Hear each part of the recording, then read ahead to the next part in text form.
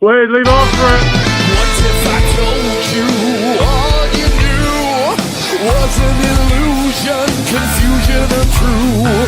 They say the pages of history are written by those who claim victory, controlling minds for 2,000 years, kept us in line by stoking our fears. No longer will we hide who we are.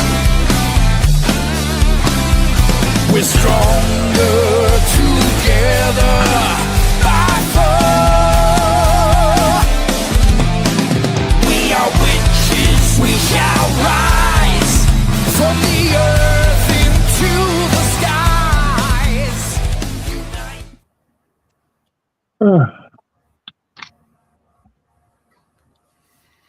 Hello, everyone. Hello.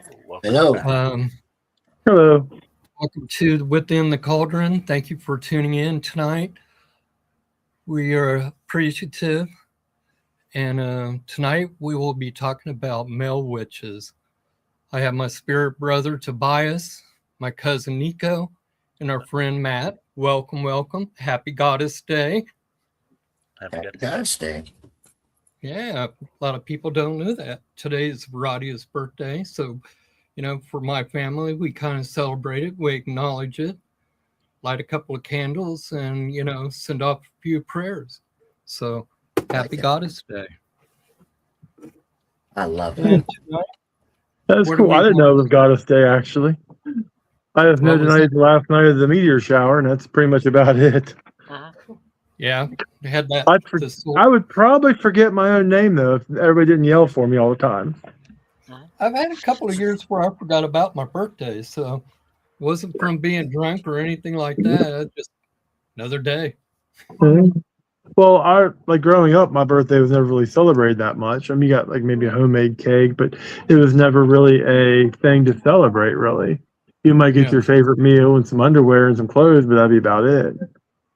So, here's what it is. I hated that during Yule. Open up the present and go, damn, underwear.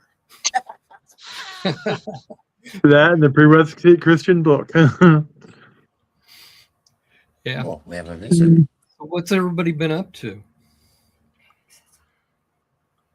Well, we just got done the Key City Steampunk Fair, where Tobias and his wife joined us, and we had a great time. A bunch of different panels. I went to the Madame Annika tarot card reader. She did a panel on history and stuff, and we became friends on Facebook. And I got invited to the Fairy Festival. It's being held by one of the other people who did one of the crafting groups there. And in general, cleaning up messes. Went back to work after a week-long vacation. Still doing housework. That's about it. Adulting. It sucks in general. Amen. Yeah, it does. It does. Believe me, I know. So to piggyback that, it was actually the whole way there, the whole time we're driving there. I'm like, this is going to be interesting because I'm a Scorpio. And so usually a Scorpio likes to know what they're getting into before they get into it. And so the whole time I'm just overthinking it. Like, is it going to be like this? Is it going to be like that? But all said and done, after the weekend on the way home, we were both pleasantly surprised at one, how open and positive and welcoming that community is. It didn't matter if you were somebody who was visiting there that was also paranormal, or if you were a patron there and you happened to be in the craft community. They opened their arms to everybody that went through that building all weekend. They were helpful. It was probably one of the best setup cons I've ever seen. The paranormal community could really learn from that. And people were just really friendly. If you had a question, they weren't shy about it. They didn't shame you over it and talk to you contemptuously. So it was a really great experience overall. And then other than that, like Matt, just usually doing the usual adulting. We do a little kitty farm stuff, but just the usual. Yeah, that's cool. That's cool.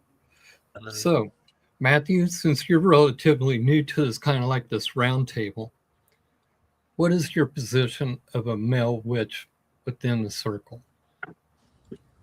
Well, kind of a strange one. Um, I'm actually more of a teacher. I do a lot of things like one-on-one. I mean, I don't feel a lot of times it's about knowing, it's more about experiencing, if that makes sense. Yeah. Like I have a learner coven. I mean, like a couple of the boys that are part of that are gay, which I don't like make a distinction about that. But my biggest concern is about what we're doing, like in the future. Like everything is so much about the goddess, and like there's no clear cut roles or expectations. Like, what is being a man? You know, what is men witchcraft? Like being firm, you know, like for me, for instance, like how many times as guys we can't share our feelings. Okay, no one's coming to help us. Okay, and we are expected to carry the burden and just wage war continuously if we must. Alone, if need be, we're unsupported. And it's kind of like especially the younger kids, they seem like they're very angry, and it's like they don't have that initiation. Like I'm a man now, if that makes sense. Well, the way I look at it is a lot of these people who are, you know, in their 20s, they haven't had the experiences like, for instance, me. My dad used to take me hunting, fishing, cultivating a garden, you know, being outdoors on a constant. You don't see that today because we all get caught up into our little computers, our phones. We're constantly on it. Social media has really put a damper, to me, on how a male should be a male. But then again, I'm reminded constantly that we do need to be taught feminine aspects so that we know how to treat women, what we should expect from them, what they should expect from us. You know, it's a blurred line there of what is right and what is wrong. It really is. Tobias, how about you? What do you think? Where is I agree. I agree with Matt, specifically because I deal with it all day long in the Brotherhood, and I see that they're angry, they're headstrong. A lot of them don't want to listen to logic. Some of them are coming in just to farm and increase their instant gratification behaviors. And then in between all that, you have the serious people wandering in, and sometimes they're not sure what to do with all the chaos. And so that seems to be the biggest challenge, like you guys were saying, is getting the younger generation to find a better balance, especially when it comes to their discipline and how they're carrying themselves. And then, like Nika was saying before the podcast, we actually came up with a saying in the Brotherhood. And at first it was out of frustration. We would say, read an effing book, because so many people just seem to think, well, we have technology now. But like we were talking before the podcast, there's still something to be said for getting knowledge yourself and not relying so much on open AI. Yeah. You know what? I had a student a few years ago. He was getting ready for his third initiation. And he goes, what is a high priest? And I stumbled to give him an answer because I've always held the helm of being the priest. So for me to look at him and go, well, you don't understand what the masculinity, the positive to the negative of energy, you don't understand your role within the circle, it kind of befuddled me because I was taught, from square root, feminine aspect of the goddess, not the masculine. But yet throughout the course of my life, in witchcraft, I have found that it is a very difficult position for any male in the craft. But we also have to realize that we bring different energies to the circle. Like for me, when I cast a circle, it is very masculine, it is very heated. In other words, the energies are hot versus my experience with like Chrissy and all them.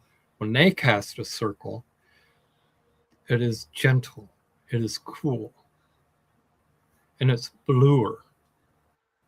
Almost a white blue, whereas my energies are more of a darker blue with elements of the lighter blue within my circle being cast.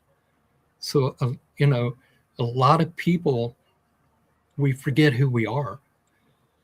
One thing I want to reiterate with a lot of people is that it doesn't matter whether you're gay, bisexual, heterosexual, all that is BS. If you're, gay or bisexual, you're going to be in more contact with the feminine energies than a straight male. And a lot of people, a lot of males don't realize that. So if you're within that gender identification, hey, blessed be to you, man, more power to you, because you get both worlds. You get the masculine and the feminine. I can't answer for the females. I will not answer for the females because, one, I am male and I know better than steer my oars, my boat into those headwaters just to get a bunch of BS. But what's your guys' point of view on what I just said? I think it's pretty accurate. It's pretty accurate. I mean, I would say one thing in addition to that, like in the witchcraft community, at least around here, and a lot of the covens I've been involved in, especially that are more female centric, like the more dynamic type covens, like there is almost no thing of the horn god, the boy, the father, the sage, and they don't really have a path progression for the men. It's all more about the maiden, the mother, and the crone, and they don't really. I often feel like me as a white male, like I'm primary enemy number one, like I am the patriarchy, especially since I'm more conservative in a lot of my leanings. So I think, that is an aspect that like there has to be a balance. And I don't think a lot of the covens, a lot of the witchcraft today really has a good balance. And like, I can name you quite a few examples right off the top of my head, but like there's a very push toward almost a toxic feminism. I'm not saying that feminism doesn't have its place, but the same with the gay and the LGBTQ plus plus plus, it all has its place. I'm not trying to disevaluate anybody, but the thing is, if you let them, you are trying to meet their emotional needs, and basically. The term I want to use is validate their own opinions. Whereas, like, I shouldn't have to validate your opinion. If you believe it, it's on you, not me. Does that make sense? Yep. I think I get you. Yeah, there is a rise in feminism, but like as men in the pagan community, we can also do our part to speak against misogyny and kind of network together to build support structures for other men and people in the pagan community, so that there's a place for them to decompress and be like, hey, I'm struggling, things like that. And over the last few years, I've seen more and more groups for male pagans, like emotional support groups, like men's circles, and we've seen like women's retreats and things like that for years. But it's interesting to see them also coming across the other side. But I also think that paganism's growing. We're one of the fastest growing religions in the world. And so obviously as you get more people, because when I started practicing, I think it was I don't know, maybe 30 or 40,000 people in the U.S. Mm-hmm. that were practicing, and we're over 1 million, like well over 1 million. Mm-hmm. And Mm-hmm. that, we have to, there's these stereotypes that when you see a white man in the pagan community, tread lightly, because how do you know they're not predatory, or how do you know, is this a gross person that's trying to go find single pagan women and go take them to a bed, or Mm-hmm. like, and like, I understand that because these are, with past witchcraft traditions that were very heavily sexualized in some instances, there was a lot of Mm-hmm. problems. And we're moving away from that, and like things are getting restructured as time goes on. But that we have to combat that, and like, I don't, We, you shouldn't have to we necessarily had 100% prove things, but you should be an example of what a good man looks like in the community. Like, Yes. Well, I'm a master mason. I'm Mhm. involved in Yep. the lodge to a high degree, Mhm. and like living upright and honorable is just a Yep. standard Yes. that we must maintain. But like, I don't want to say like I've been involved in witchcraft for a very long time. Like I started in the Christian church with Course Work of Miracles, started dabbling in the Golden Dawn, angel magic, and then we ended up in the Celtic and all kind of like different stuff over the years. So like, the thing is, I really feel that religion has to meet a need, or Yep. it has to have a life-changing aspect to it, or it Oh, doesn't mean yeah. nothing. Absolutely. Like my beliefs, and like I work with Billy Isle and a lot of the demons and stuff with the Goetia and Hecate, and it changes the way I interact with other people. Mhm. It changes my belief system, basically, because I believe and I go forth, like in Masonic tradition. Do we support our vows for the illumination and for Tubal Cain and stuff? And Mhm. are we? Well, does it change who we are and how we react to the world? Because if it doesn't, then what am I doing this for? Exactly. Why am I doing these rituals? Why am I learning initiation? Why are we doing this and that? If it doesn't make a change in people's lives. Mhm. And like we are at a cusp of the most dangerous time I feel in our history. It could go either way. Mhm. And it's like yeah. Christianity is going to die with the baby boomers. We all know this. Okay. Like it's trying to be reinvented. You see the rise in Christian nationalism among young people. It's because they're angry. They have no purpose, no vision. They're just milling and angry. Mhm. It is our prerogative to recruit people, teach them the mysteries and the initiation is to get them involved, give them a purpose. And like our lodge has been dead for years. Our building, like they got a lot of money, been around for 160 years. They're getting ready to close the doors, but they do no outreach. They don't get whole new members. We have more members die than show up to meetings. So Wow. it's like, it's that critical. They didn't pass down anything. They all held their titles. They all had their own little circles, and they didn't really invest in the community. We got enough numbers now that we can actually, when we start back here in September, I have a bunch of outreach programs. We own a building. We can have game night while we divert some of this interest money to having, free breakfasts for the community. There's just so much that we can do to reach out and make the world a better place. Oh, yes. I Yep. agree. So we have the money, we have the Hey, building. tomorrow- There's all kinds of resources out there that we could tap in and use. Like I was talking to the one lady at the crafting group. She told me about the Witches Walk, and they actually got a Unitarian church now in Gettysburg that has a bunch of witches and Buddhists and bunch religions that actually meet there on Sundays. They're having Mandela classes, and they're doing a whole bunch of different like witchy outreach. Mhm. So like it is growing and we are taking over. And I really say that eventually we will be having our worship services in the churches. It's just a matter of time. Well, there are already places. Mhm. I'm a part of a witchcraft church. They're you see a lot of mystery schools, and there's more and Mhm. more like pagan or witchcraft churches coming up, open circles, things like that. Like Mhm. they're not like if we're using the broom closet as a metaphor, like people are leaving that behind. Mhm. And there's like I live in the middle of the cornfields, and we have a huge pagan community. Mhm. Like I do public rites, and we get 200 people, Mhm. which I- may not sound like a lot, but like if you're estimating that what 4% of the population may be pagan, I live in a town of like 1.5 million. And so like we have,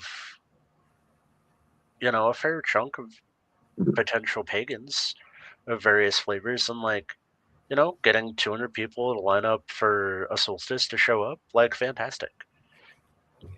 It's And cool. It is. Hey, Tobias, you have a lot of male Facebook pages on witchcraft, mostly all about it. What is your view of today's modern male witch in Oh your man. position within the community?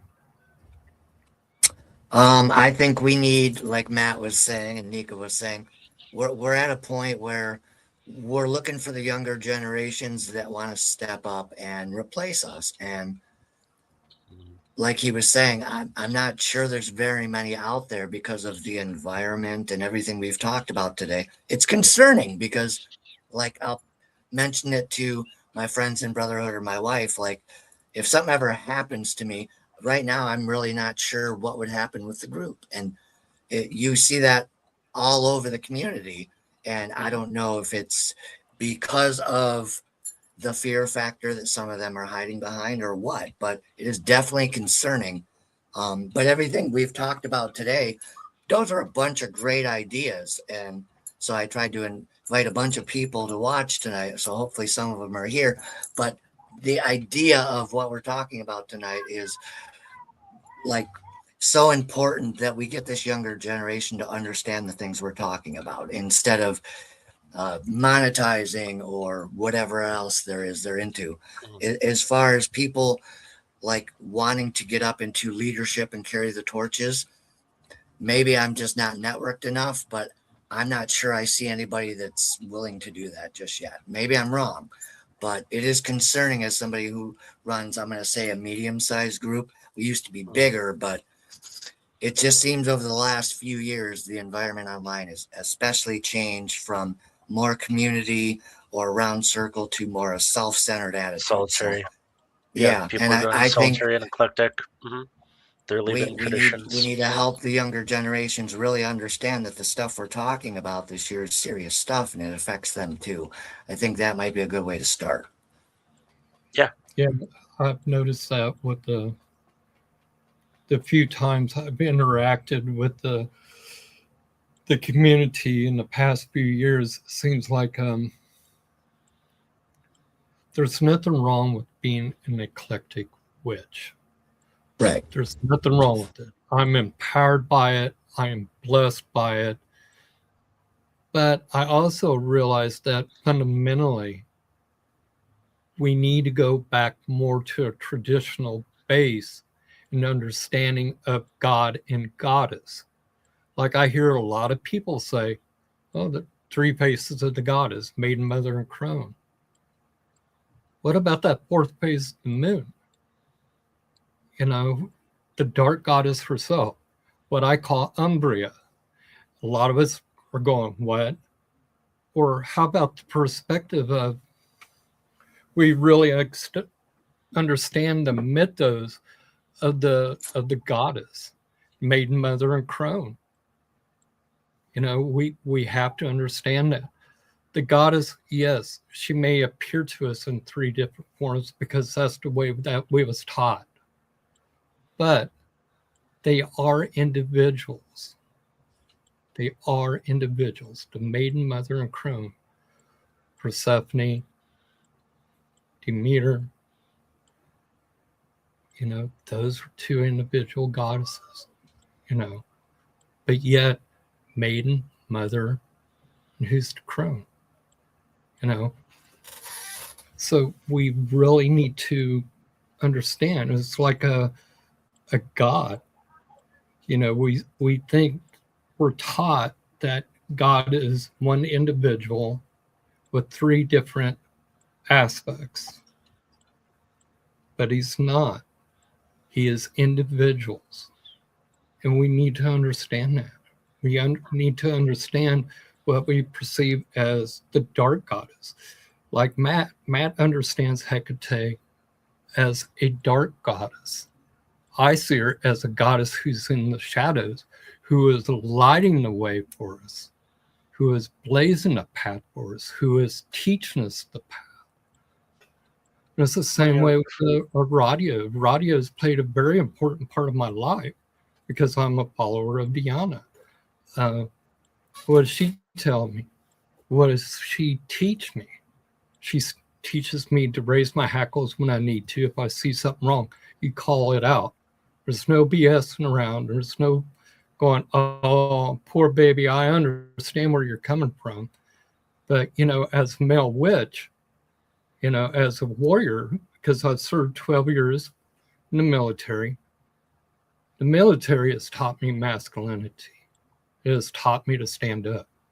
But Aradia teaches me that when somebody's trying to take my power away from me, to grasp it back and don't take no BS from anybody. You grasp it and you jerk it back.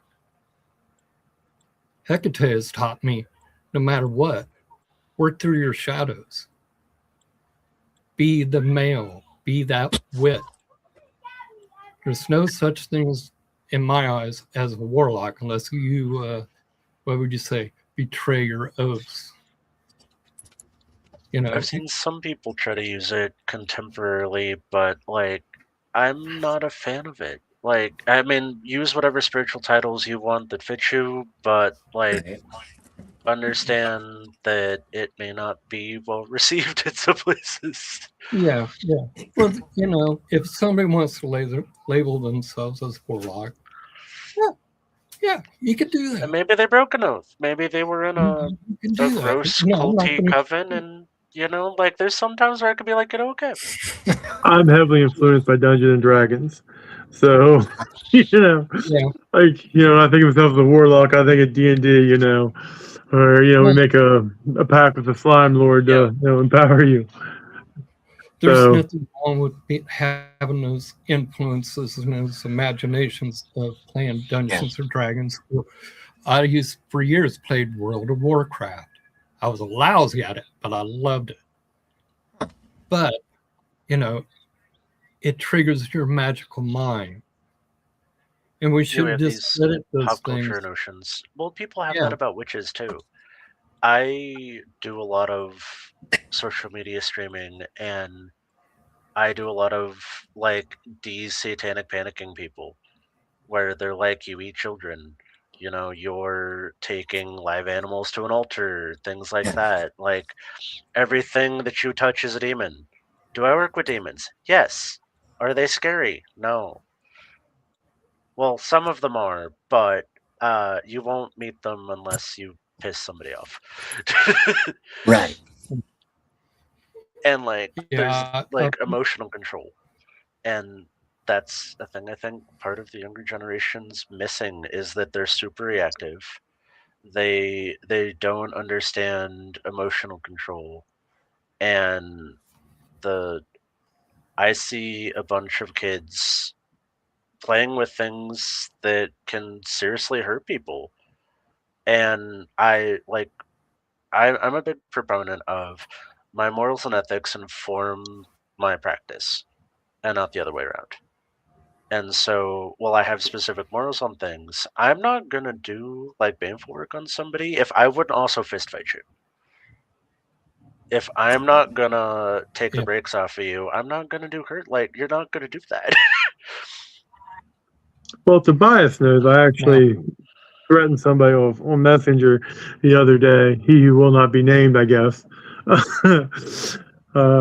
But like, you know, I really think that that's another aspect too. A lot of people will talk a bunch of stuff on Facebook or online, but like, violence is always on the table.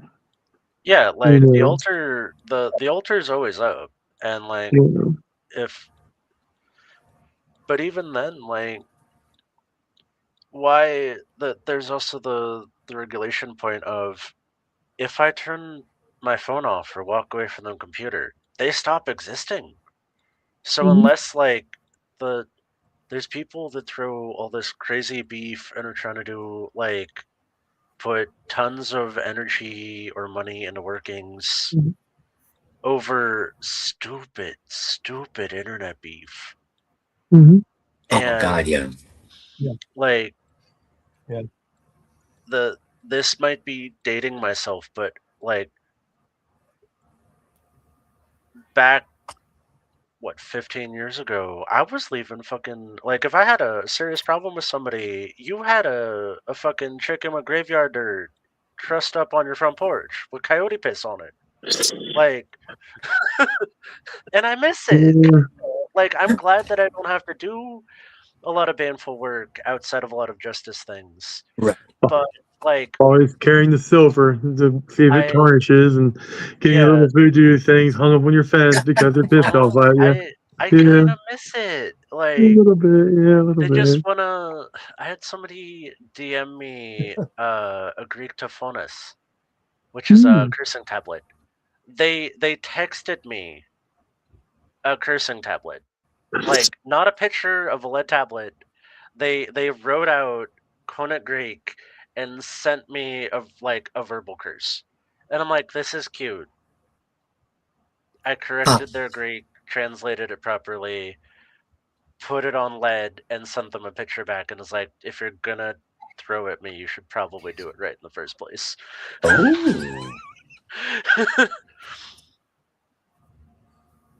I like Yeah. that. Well, now, you guys, I'm going to introduce our audience to a book called Horns of Honor. It is edited by Raven Gramassi, but written by Frederick Thomas Elworthy. This is a really good book for a male witch who's trying to find her way within the path. To understand your role within the path, it will help you. And I think it's very important for all of us, especially as male witches, to understand the great hunt, to understand our roles within the wheel of the year. And this is a good book to go by to help you out. Another thing that I would love everybody to at least give it's a good little read. It ain't that long. It's a book about erodia. And this is about understanding erodia. It's really good because it teaches us to stand up for ourselves and to be strong. That doesn't mean standing up for yourself doesn't mean you have to go off the limb of being rude or anything like that. Just means reclaim your power. Another book that I would make a great recommendation is Wiccan Warriors by Kirk Hillian, who talks about reclaiming your power. Because as males, sometimes we get dominated by the priestesses, and we have to understand how to reclaim our power without being belligerent or getting all pissy, excuse my language, getting foul and losing control of a situation.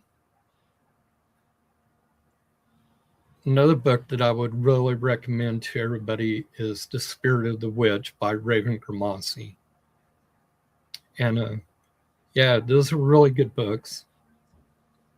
Gramassi gives a great overlay of the role of the male witch within his books.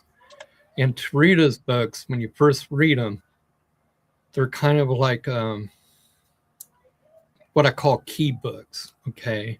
Holy Okay. books. Holy meaning that you start reading a book and it's not a complete teaching. Okay. But then you go to like his 5th book, then it's like a fulfillment of the other book. And he did that because it was oaths, because he was very much a traditional witch. He is what North America would call an Irradian witch, Irradian. And, you know, his teachings are really, really good. If you take those books and you overlay it with Gerald Gardner, Buckland, and a few of the other authors, you will get a fundamental teaching of what witchcraft should be. And a lot of people don't understand, you know, especially the female witch has to understand the masculine, and the male has to understand the feminine. But those are the ways that I was taught. Should we, as a modern day witch, stray from the older traditions? No, because Arati has taught me throughout the years that we should add to, but not take away to our teachings, and to keep it true to the heart. So I hope everybody's got a little mind going there, especially within the mindset. You know, we should really, really take a look at the old teachings and incorporate them within our traditional modern witchcraft. You know, it's like telling somebody, what does that pinnacle mean? It represents earth, air, fire, water, and spirit. But sometimes we forget to look at the center of the pinnacle, which nobody really names. But that is you standing there, standing between the worlds, so that we should spiritually be that pinnacle, because that's what's going to open up the floodgates of what I call teachings from the goddess. That is when you are centered, you are ground, and you're happy within your boundaries of your magical sphere. And sometimes we lose that because we're so worried about men being too over masculine. We're too worried about, I can kick Joe Blow's ass or he's going to kick mine. Life should not be about that. Witchcraft should not be about that. It's not about the priestess not how can I say it? The priestess should not be overshadowing the priest, and the priest should not be overshadowing the priestess. If you're working in a circle, you should have lengthy talks about how things are balanced within your rituals and try to stick to those principles. Yeah, but most importantly, I think what I'm trying to say to everybody when I'm pointing at that pinnacle is that if you follow it and you study it through and through, inside and out, and I'm talking about years of study and pondering, that is you. You know, and it took me a long time to figure that out. When I was going through my neophyte stage, you know, earth, air, fire, water, spirit, always took the spirit as being me, but it's actually them. Yeah, the greater ones. The upper soul or your godhead, and then you form the axis mundi for the working. Yeah, as above, so below. You know, and a lot of times we get caught up in so much of we don't listen to the goddess. You know, we take everything from books. Books give you ideas and they give you guidance.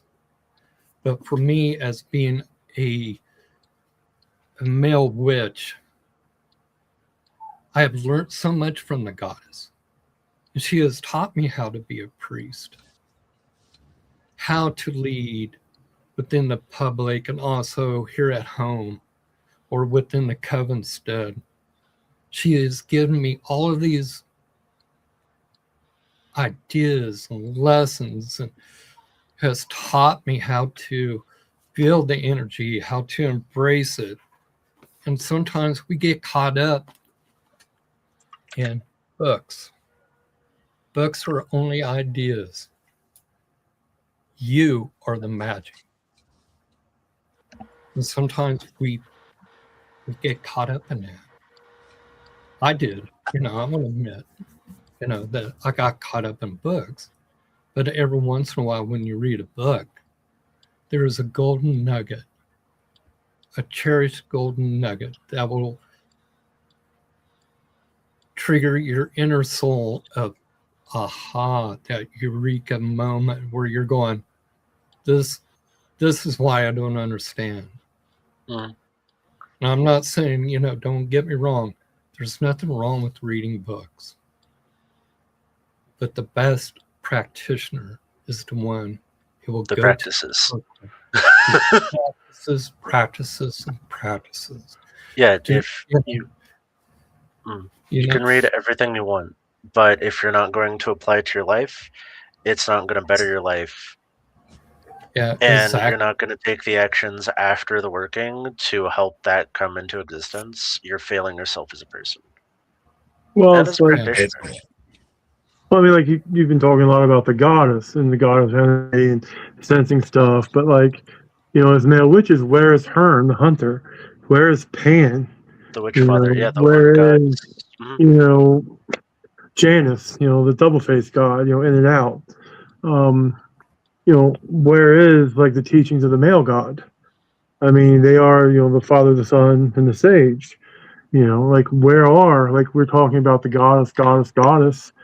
And like, yeah, I worship Hecate, and she's taught me a lot, both in her darker aspect and in her lighter aspect of a guide, to help people into other, deities or different paths and what they need. Because Hecate will always lead you to what you need. But on the flip note, what about Hern, the hunter? What about Janus? What about Dagda, the god that's good at everything? Where is, Dagon, the half man, half fish god? Like, why is it always such an emphasis on the female? Whenever you have books like the Odin Rites by Ed Fitch, Osh, Ash and Thorn, the Crystal Well. I mean, there's like a whole pantheon of the Nordic gods that are like, that are awesome. Like, we need more men and mental like power, that war energy, like Ares. I understand there's female war gods too, but like, we are disavowing those aspects of our nature in the lessons they teach. Like, we don't teach them. Because we talked about you are more than likely to hear about love and mercy and all the feminine aspects of sensing and emotions, but there's also the other aspects that are male aspects of stability, of power, control of emotions and whatever, physical prowess. I mean, these are male aspects. Yeah. And like, there is also like various aspects that are male specific and male energy specific. We don't talk or honor or even really work with them. But I can tell you all about Diana. I mean, we can talk all about Hecate all day long, which is fine. Or, whatever god or goddess you're worshiping. Like, Bridget, like there's like Artemis, like Arachnia, like there's a whole bunch of female gods we hear about all the time. But like, about Janus, the double-faced god, who's the Janissary bandit. Whenever they opened the door and they had war and shut it whenever there's peace. Do we talk about Pan in the Midnight Summer's Dreams? Just a sheer top of that youthful, boyish energy. Just the joy in nature and the surrounding. Like, we don't really like look at any of those or even try to embrace any of these other aspects of the male divinity. Well, that's because within the feminine aspect of the age, those teachings have become less and less. But we also had to remember the Great Purge during the 1300s up till Salem, Mass, where witches were burned at the stake, hung, waterlogged. That no longer matters. It hasn't mattered since the 60s. I mean, we live in the age of Aquarius. Okay, we have free and unlimited. I remember when it was a special treat to go to the New Age bookstore and find a new occult book. And they were very rare. Okay. I can walk into any Barnes and Noble and there's a whole section on witchcraft normally. Tarot, dreams, Wicca, like there's like entire sections for these now. Before, if you wanted a Christian book, they had you in aisles. If you wanted a pagan book, you might find one or two at the most. And they were all special behind the counter type stuff. I mean, like internet, like you can get on the internet and find all manner of information. Some of it good, some of it not good.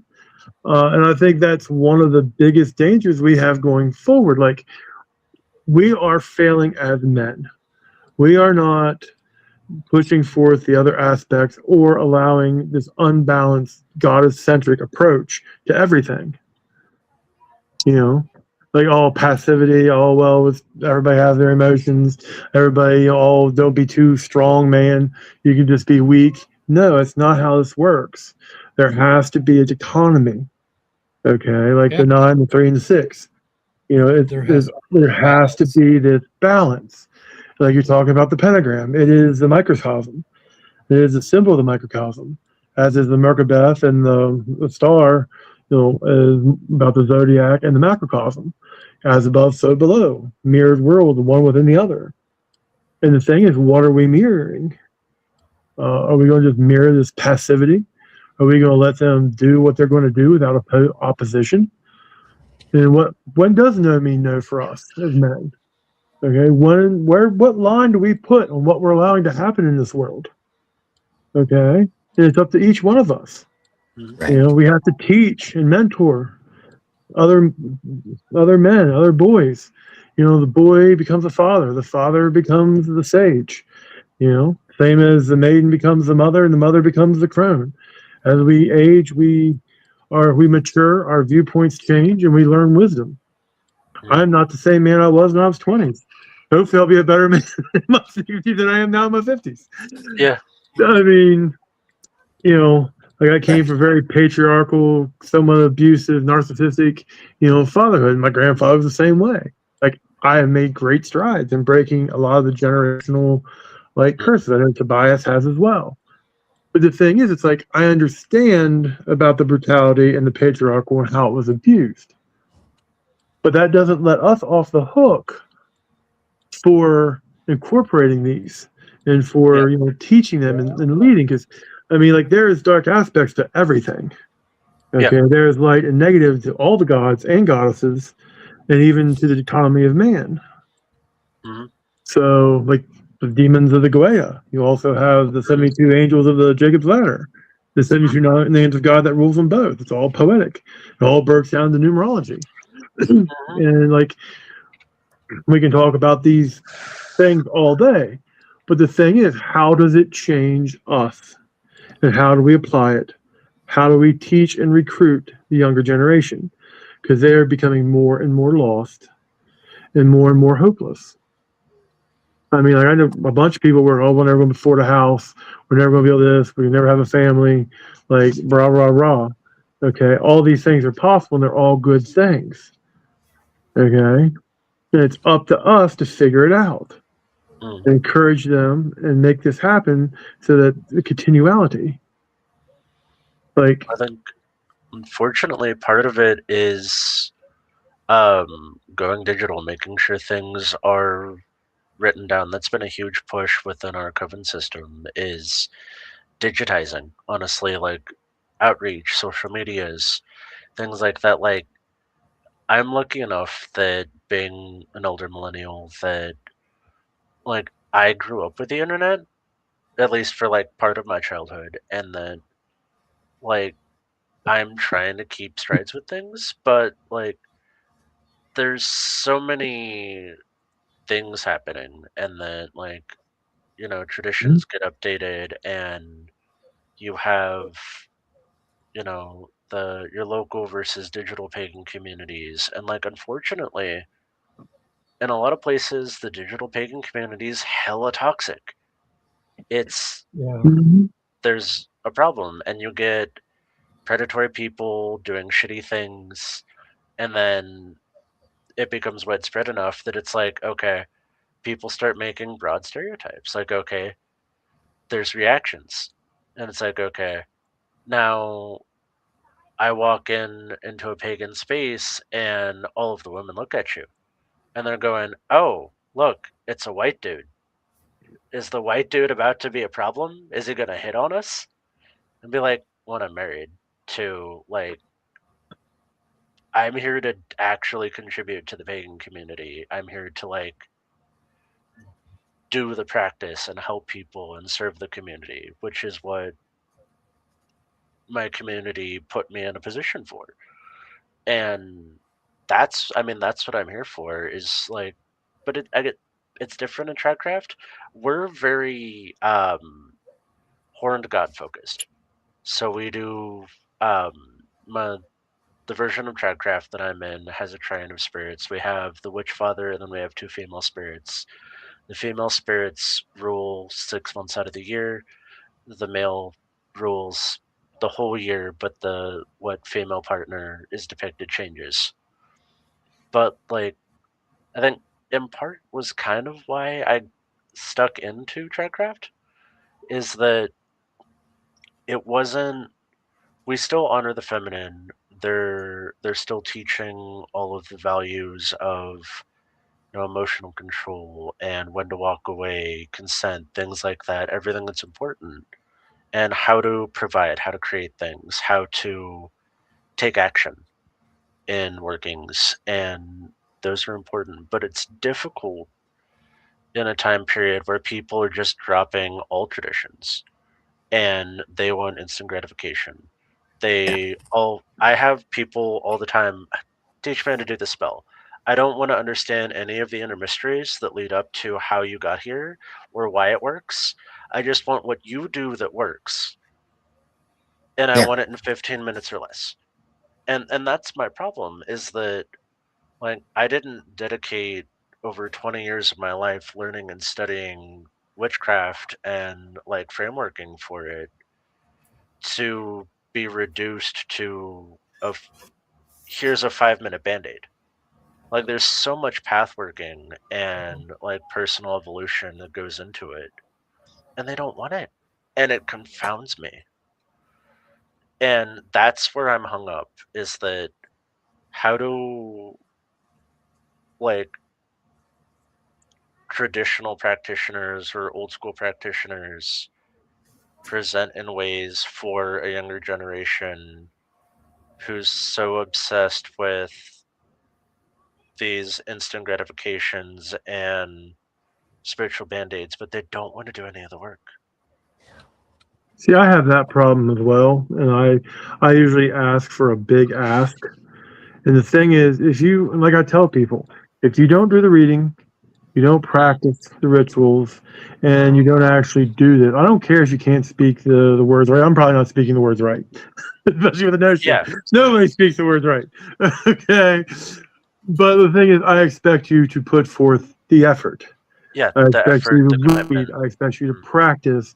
I expect you to like do fasting and like do the nature walks and do the Yep.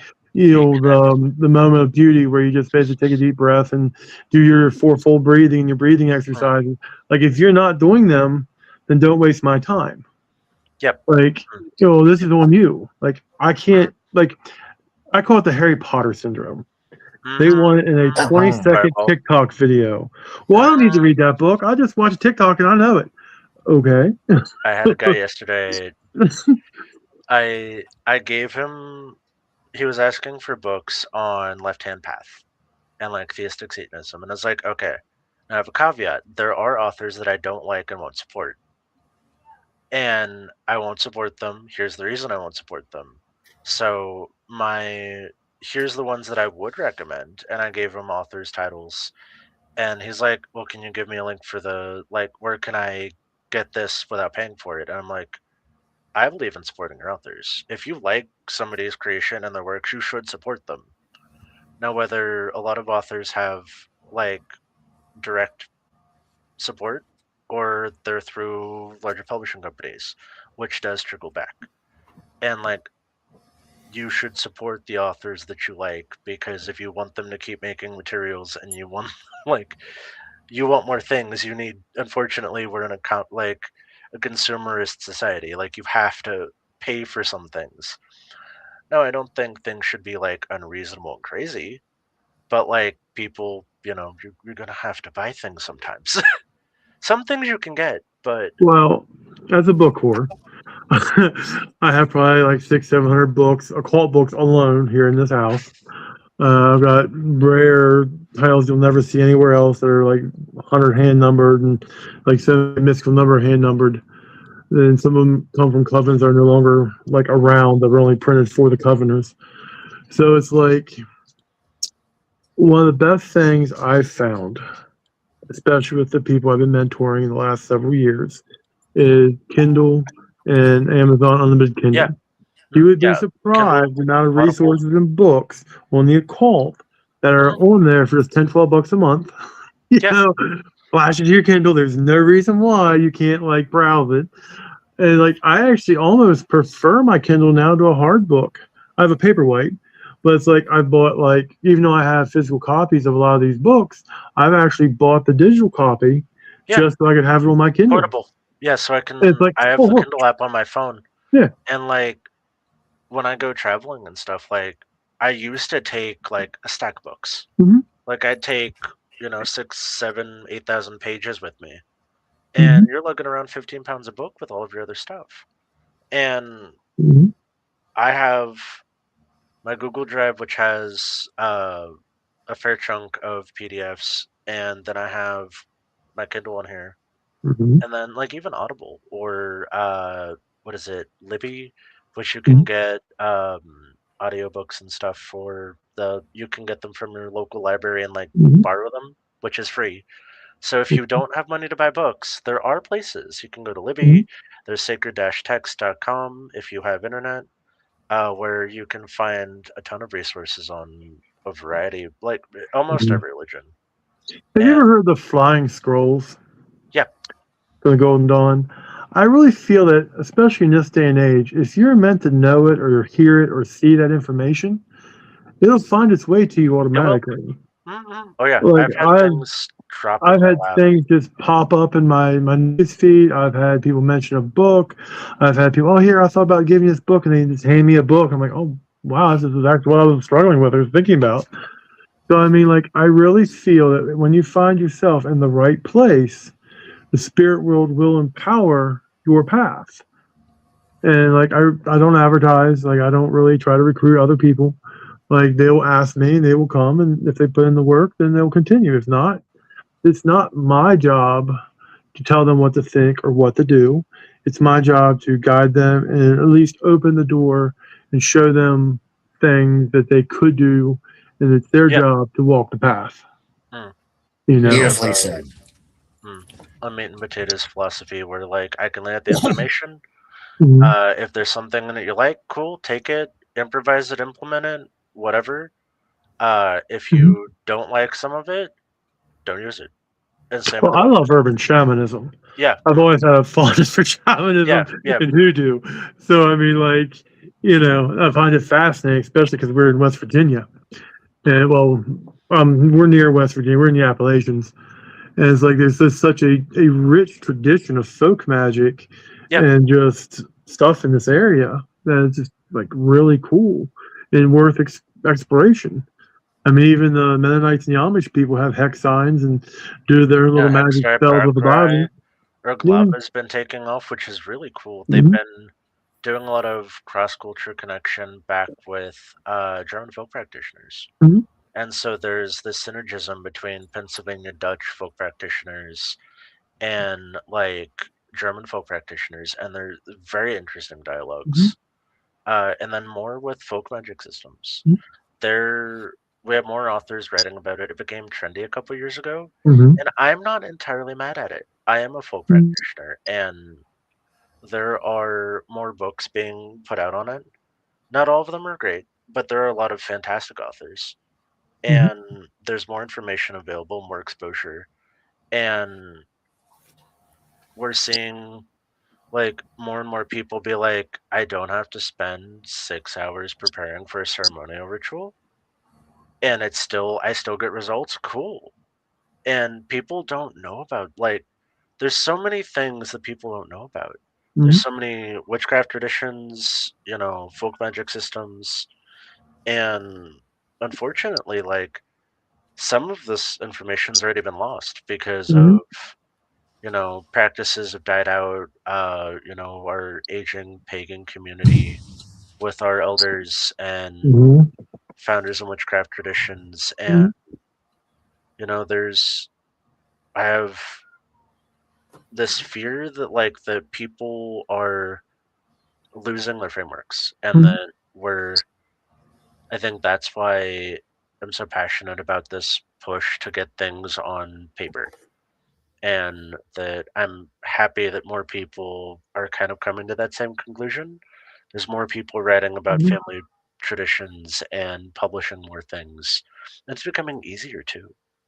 Well, I I, remember back a long time ago, like we used to do the Rise of Phoenix with like 20, 30 people, and we used to have about 40 people, 50 people in that mystery school. Mm, I remember doing the Aleutian rites, the fall of man into the base and the bestial.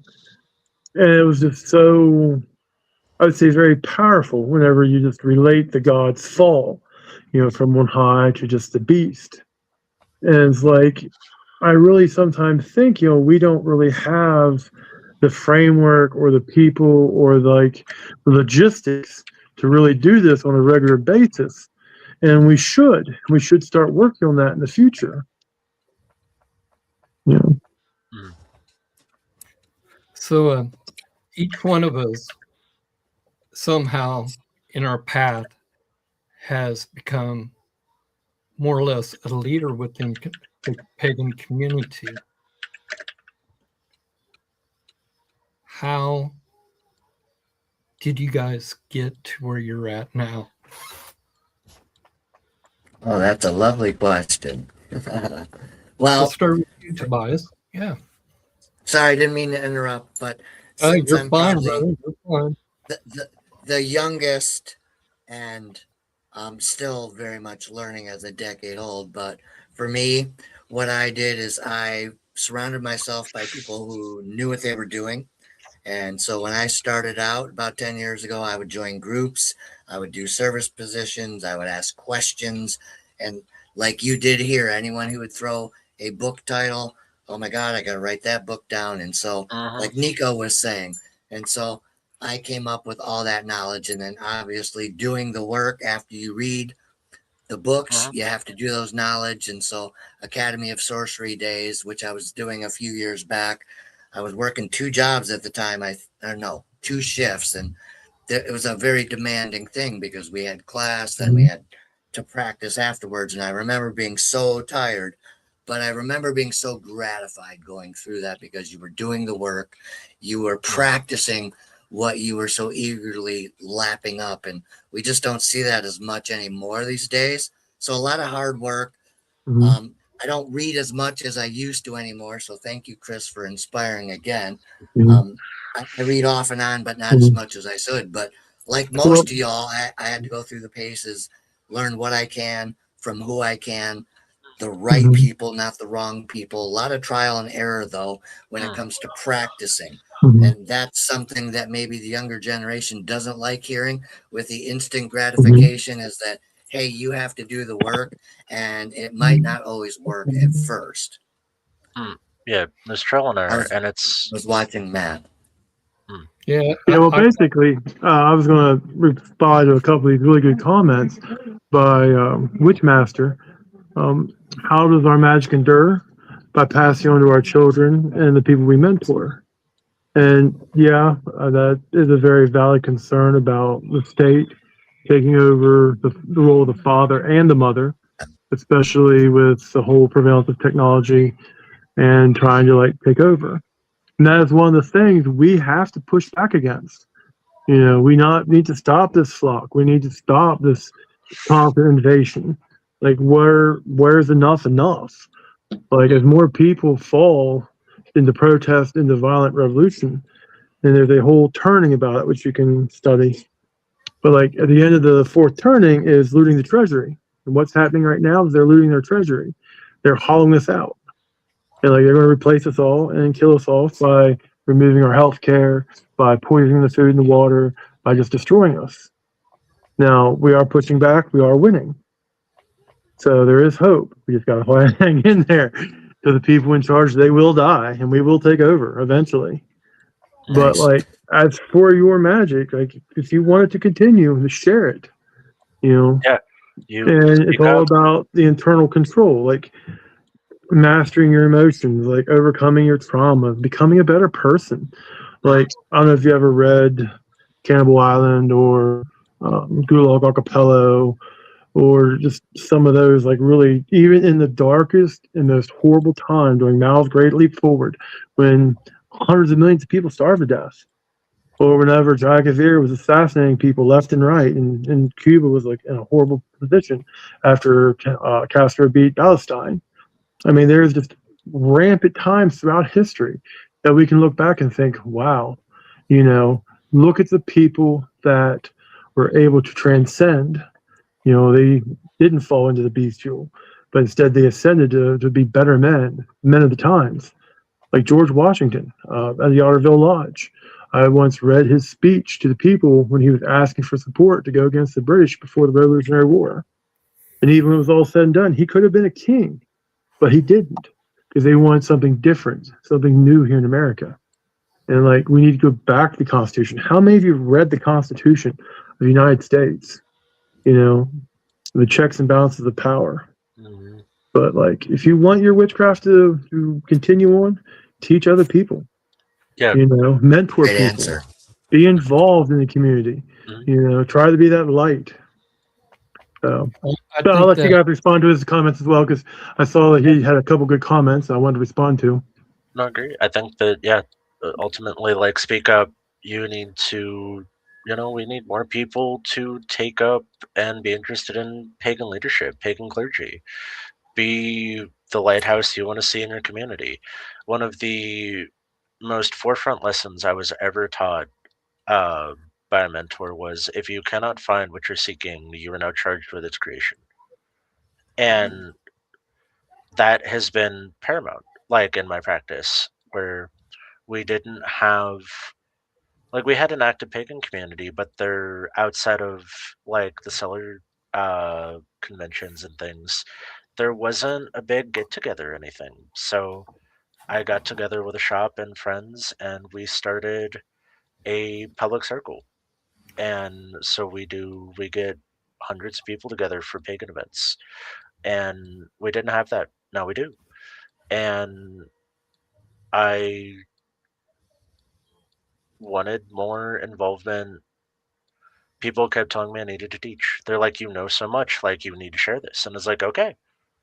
So I went about proving to my community, started doing classes, started teaching, and more people were like, okay, cool, we like this. Give us more.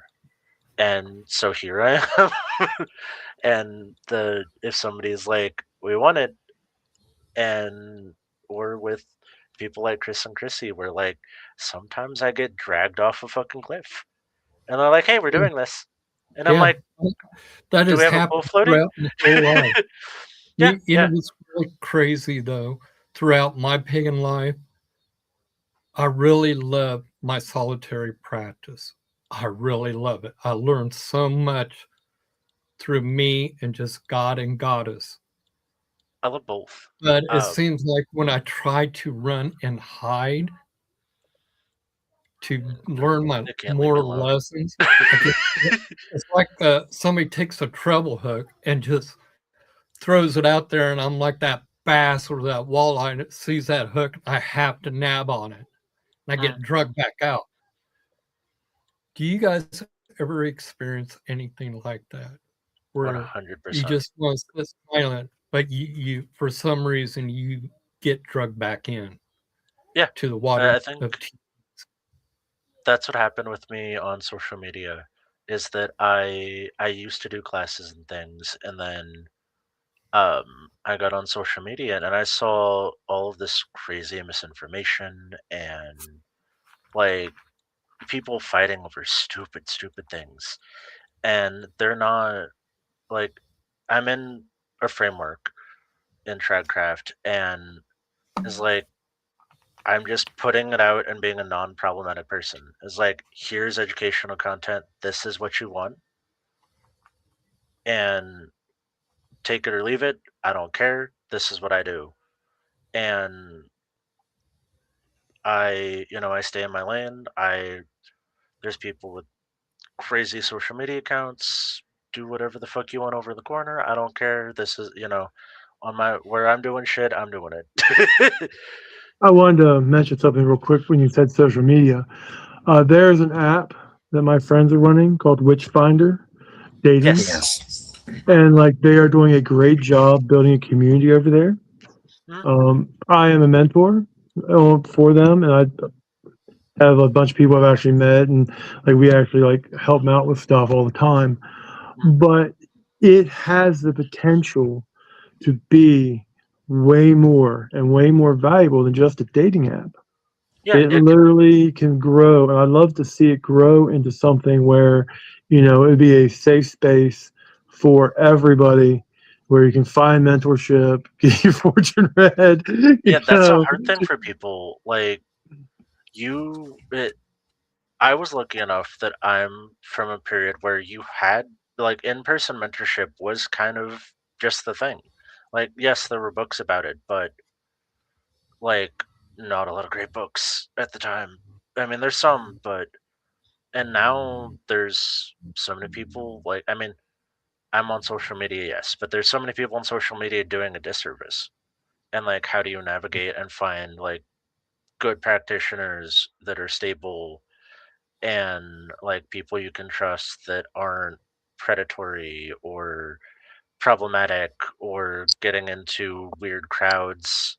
Well, I've actually had to vet And that's people in which yeah, fire preparing them, and like there have been issues of people wanting to find sex and run the little cult thing, and like we nip that in the bud, and they get seal the banned. grifters, yeah. But it's Like, good that they're taking care of it. um, I've heard of Witchfinder though. yeah. Mhm. The last time I'd heard of it, it was more. It was much more UK based. Is it Well, more there's a good bit in Europe. in the US now too? There is more and more in the U.S. It has been growing. Remember, she started it. Because you remember I was actually really supportive of core common witchcraft and witchfinder or witchcraft TV. And I'm not going to go into it. It was very disappointing in how it ended and how I left. And and I don't really want to talk about it. But Witchfinder has the potential to be something great. And like, I've mentored about 5 people all of it so far. I've answered questions. I taught a little bit about Black Mirror scrying, and like Skid, who's doing the other lessons on there currently, but they're actually teaching lessons in the postings, and you can like read and like follow on. And they have an online spell books. Just people available. Like I always get back to people if you mention me in the comment. I've been a little bit busy lately, but I always check in and like I'll see a message and I'll respond. And like Tobias is in that mentorship group too, and we have our own mentor group chat, which we'll talk amongst each other and stuff, and like we give people advice and whatnot.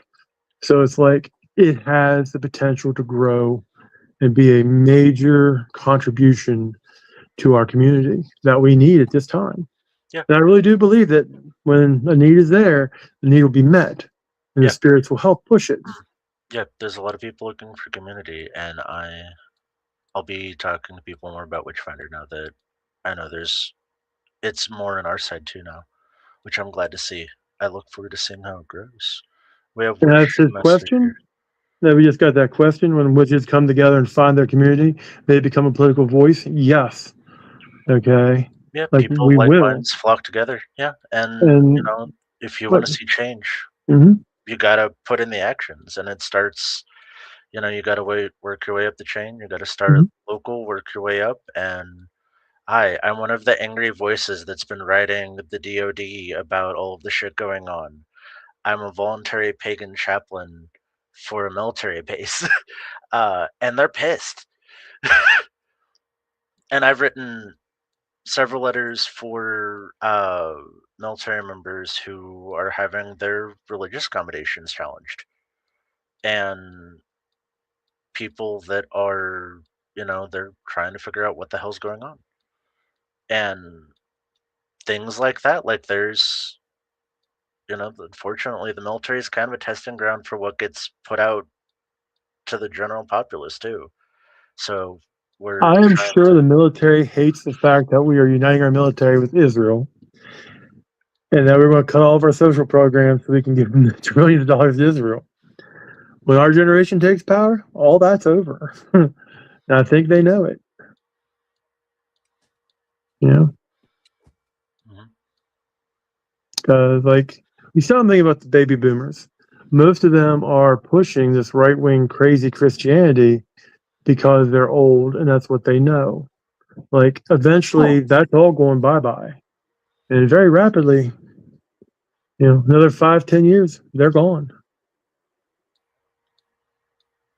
Well, it really depends, Interesting. Witchmaster, with your question there.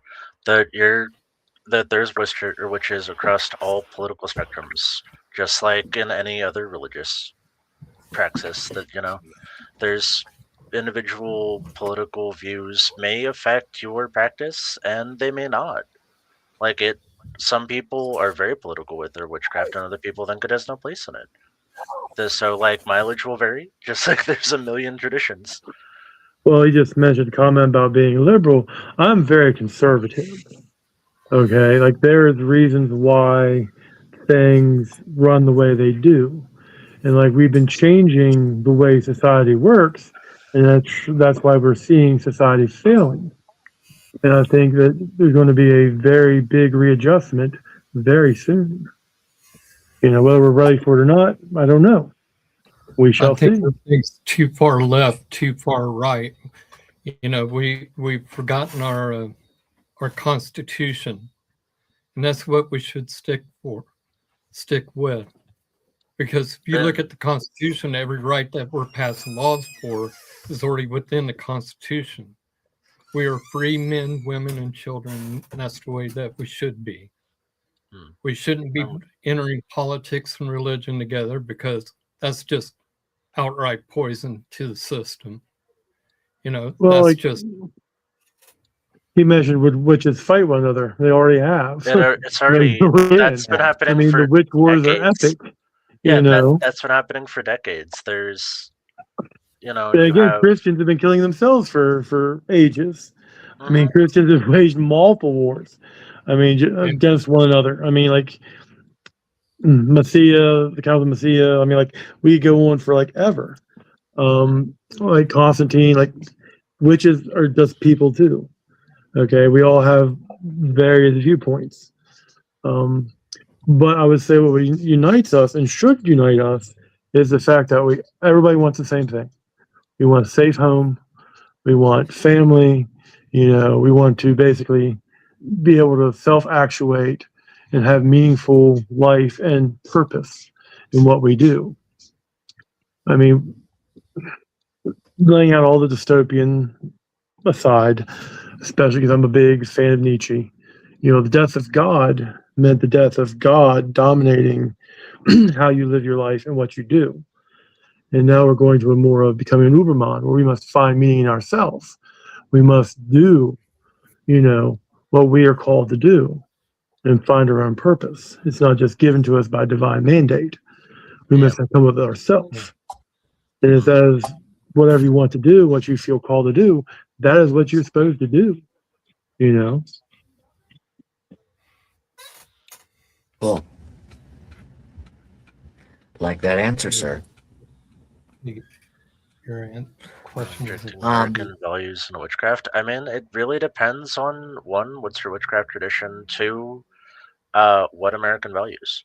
There's a lot of American values. You might think this is weird, but I'm friends with Mythos and Alexandria over in Greece, and they run the temple of Thelma over there. And like they are constantly amazed at how much actual spellcraft and spellcasting and like magic we do, because they very rarely do any of that. They are way more into the more religious aspect of it and the meditation. Like I have some friends that are Buddhists and whatnot over in Europe, and like some of them, like they don't really like cast spells and like chant against people or summon spirits to attack people. Like they their whole concept and thought about it is more of the religious aspect of connecting to nature and to the world and how they see the world. Like America, we have a very Harry Potter view of witchcraft and the occult in general. And I'm not sure exactly how we got that way, but it's just something that it is in the Western world. I mean, we do kind of like conflict, and I think in some instances that violence is a response and it can be necessary. And I think that has some influence on it, where like we're just really rowdy, and obviously I'm American. Like this is all I've known. I've only ever like been in America, so it's like, but I think the this is Americans are just what we very are. Like, selfish. yeah. Be honest with you, I think Americans are spoiled rotten, that we've become so self-centered, in that we have this attitude that my way or the highway, I'm an individual, what about my rights? Well, what about your brother's rights or your sister's rights? Tobias, you have thoughts on that? I was gonna say, like, our parents, like the baby boomers, are known for being this narcissistic, we're gonna consume everything generation. Like my father's like that. I know, like Monica's father's like that. Like I know so many baby boomers that have this attitude, and they don't really care about the consequences. It's all about short-term gain. Like even the corporations, they only care about making more profit now, not what that's going to do in a generation, 2 generations, 3 generations. Like they aren't seeing the tree that they're going to plant that you'll never sit under. Like quite literally, like when you mentor, when you do these outreaches and you make differences in people's lives, you are planting a tree and you may never see it grow. You may never sit in its shade, but it is your legacy. And that's what we need to consider. Like, what are we doing for the generations that'll be from now? We don't have kids. There are still other generations. Like, what are we handing them? A poison planet, generations of debt and slavery. Because we're how can I say it? The Christian base has fundamentally gone against the very thing that their God has told them right off the get-go: take care of nature. Well, here comes along Jesus and everything's forgiven. Jesus didn't say nothing that we still don't have to go by the fundamental thing of God gave us in charge nature. And if we really think about it, what happened to the feminine aspect within Genesis? Because it says we, not I. We have to look at it. We cannot, as a civilization worldwide, we cannot live by the law of I'm right, you're wrong on a constant. And that's the way it is. Politically, at home, I see it. I've had other people come and go within the coven where it is I am right, you're wrong. Where did you read this? And it's BS, because if you're really studying witchcraft, you will know when the goddess teaches you something, because it's bold typing, and it's not about I, it is about we. We are the community. We are the masculine. We are the feminine. We have to bring everything back to balance. Our politics are way out of hand.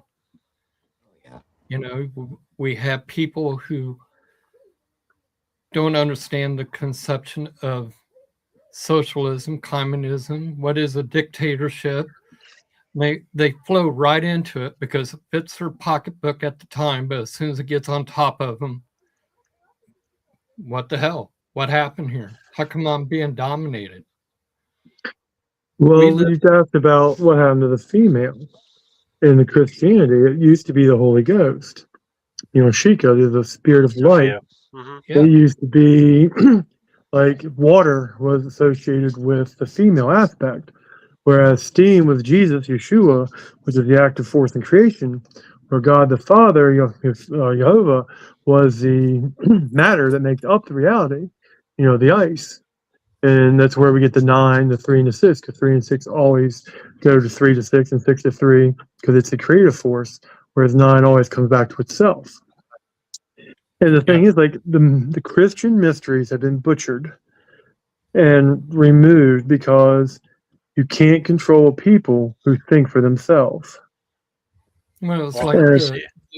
the thing that I've Obey. been very interested in is the Ethiopian Bible.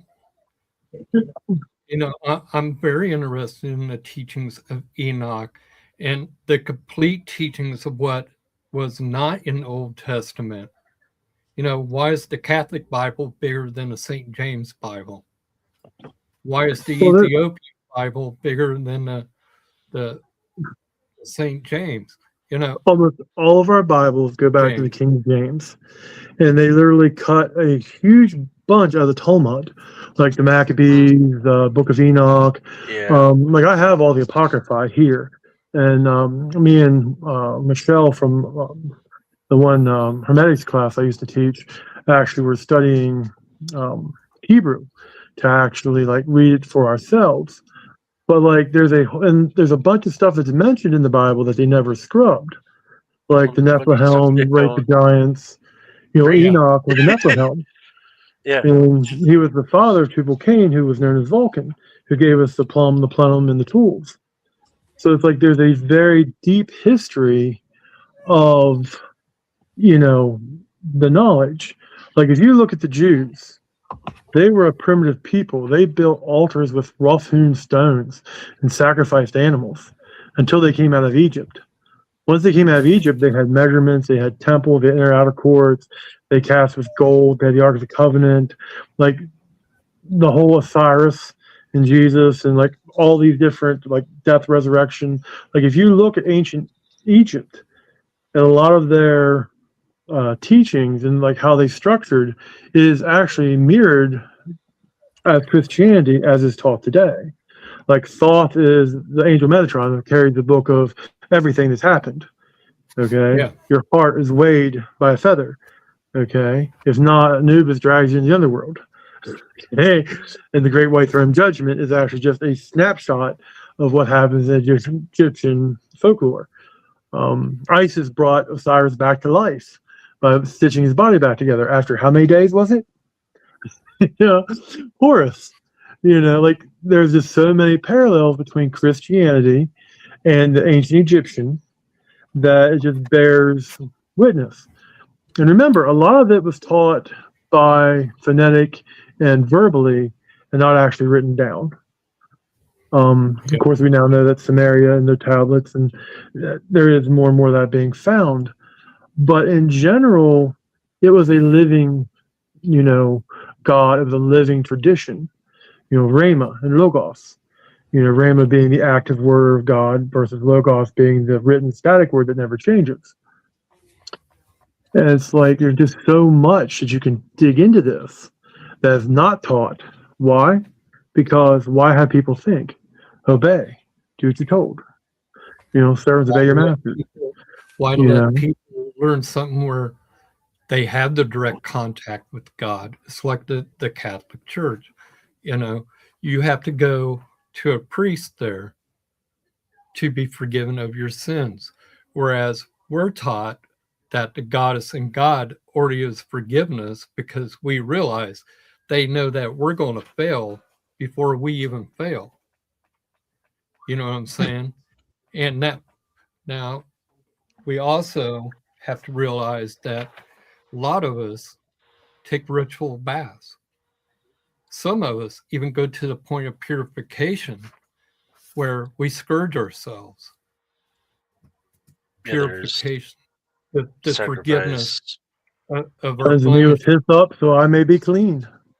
Mm-hmm. Yeah, the like spiritual baths were, if you need a man behind a pulpit to tell you how to be a good person, are you really a good person?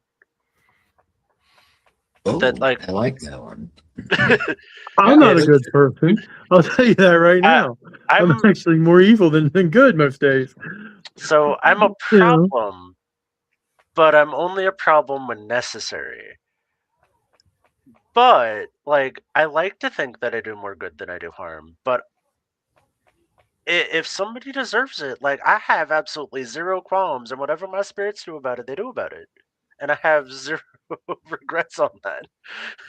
It's like I've learned through the past few years. If you look at the ancient Hebrews, of what they did at their temple in Jerusalem mirrors what we do as modern witches. If you look at the Kabbalah, how do we reach higher magic? By following almost to the T of what they teach in the Kabbalah. We call to the ancient ones. Who are the ancient ones? They are the half fallen. Why does Enoch write about them? You know, there's so many coincidences throughout our spiritual lives that we don't realize it mirrors from one to the other. And we as witches, you know, sometimes we don't see those coincidences, or are they? You know, I'm not trying to say our pagan practices does truly come from Christianity, but it does come from the roaming of Rome throughout Well, Europe and Africa. some influences came And through Christianization and stuck through Christianity. Some concepts came from Christianity, and like yeah, we're in a interesting time period, you know, where we're trying to do recreationist or resurrectionist practices. Where you know there was a long period of time where witchcraft wasn't practiced very commonly. I'm not saying it was totally wiped out, but you know that we lost a lot of things. There is no Celtic creation myth, whether it never existed or it was erased or mystery. Things like that, like we'll never know. look what happened during the 20s. The occult revival. Everybody was sniffing mummy dust. Okay. Yeah. And like Oh, these things the ebb and amount. flow. Oh yeah. Like you had Enochian magic, like just blew up for a while, then just Spiritism. fade out. Spiritism has come and gone multiple times. Yeah. The Masonic tradition, they used to be a very deeply magical order. Then they stopped, and because they got dead, the Golden Dawn, masters, they formed the Golden Dawn, and they modified a bunch of the Masonic tradition to be Golden Dawn. Oh, I was shocked to see Thelmites still exist. Yeah, Like, well, as crazy as that sounds, like I had read about them, like I knew about Crowley, but stumbling across like active like practitioners of Thelema in their like mid 20s, 30s, and I'm sitting there like, you guys still have covens? I was like honestly shocked. I was like, you like, I mean, there's still ODO. There's still there's still Gnostic masses and stuff, and there's like, we have an OTO church here. Like the well, there is a group that is like somewhat local. They're about an hour from here, but I mean, they do like the Rites of the Phoenix, and they do a lot of the Crowley type stuff still. I'm always just too busy with work and kids to really like be a part of their group. But like, there is an inner search for all of us to find the spiritual. I mean, that is what the whole occult thing is. That is the whole. We are supposed to search it. We're supposed to find it. You know, we need to find it. Like, how do we find the spiritual in ourselves? I mean, that is like one of the biggest things. Like, do we go the dark path, or do we go the right path or the light path, like to ascension, or do we go like some of the more darker? Like, I would say, I think Satanism is kind of a joke, and it's kind of like for kids. Like, but then you have the more dangerous ones, like Order of the Nine Angles. I mean, they're still around. Onane, the Church of the Living God, and like, there's a lot of problematic organizations. And they are still around, even though they're very few in number. They're active on social media. You know what I mean? Like I have a bunch of the old books for the Order of Nine Angles that were given to me like a long, long time ago. And what they were teaching was not necessarily wrong, but Some of the sub branches are doing yeah, some heinous shit. it's like I'm not sure how to go down that path, you know. But that's just the I whole got one point. more Like, last question I want to ask you guys, or specifically Tobias. Do you think witchcraft was truly lost? And if you do you think it's a reclamation of our spirit coming through that is being put forth? Or do you think that is just another invention of mankind wanting the magic? Witchcraft itself? Yeah, yeah. No, I think it's the first part of the answer to the question you said there. I think it's within us and we're emerging it. And I think right now it's very important. Like, I don't have half the knowledge some of you people have in this room, but that's what I'm here for, is getting more into myself, getting more into the mentoring as I can learn from others, getting into the practice of it and slowly getting into the outreach of it. I don't think it's disappearing. I think it's a very important time for witchcraft as a whole. And I think it's within each of us, especially as males right now, to grab it back, like Chris said. Or am I completely misreading your question? No, you're right on Okay. it. Okay. One thing that I truly appreciate from your point of view is you're looking at it, the question with new eyes, where I'm looking at it through old eyes. Do Yeah. you get what I'm saying? So Yeah. to me, I don't know, maybe last year somebody said something about reclaiming witchcraft. And I said, no, I think that we're just coming back with it spiritually.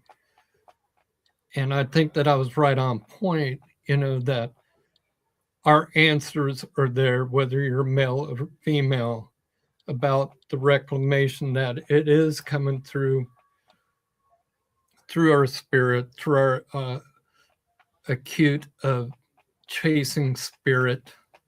As I said the word acute, because some of us thirst for it.